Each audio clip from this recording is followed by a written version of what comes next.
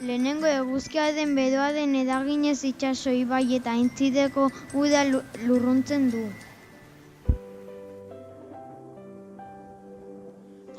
Ondoren lainoak sortzen dira eta mendietara joaten dira.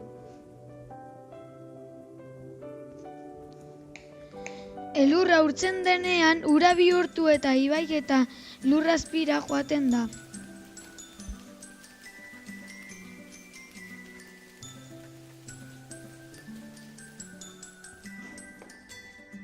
Jarraian, hodeietako ura hozten denean, elurra ebia eta kaskabarra egiten da.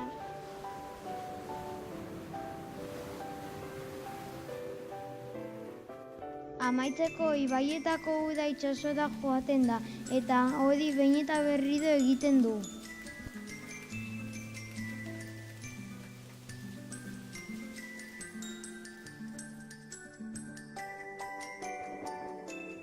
Espero dugu asko gustatzea eta asko ikastea.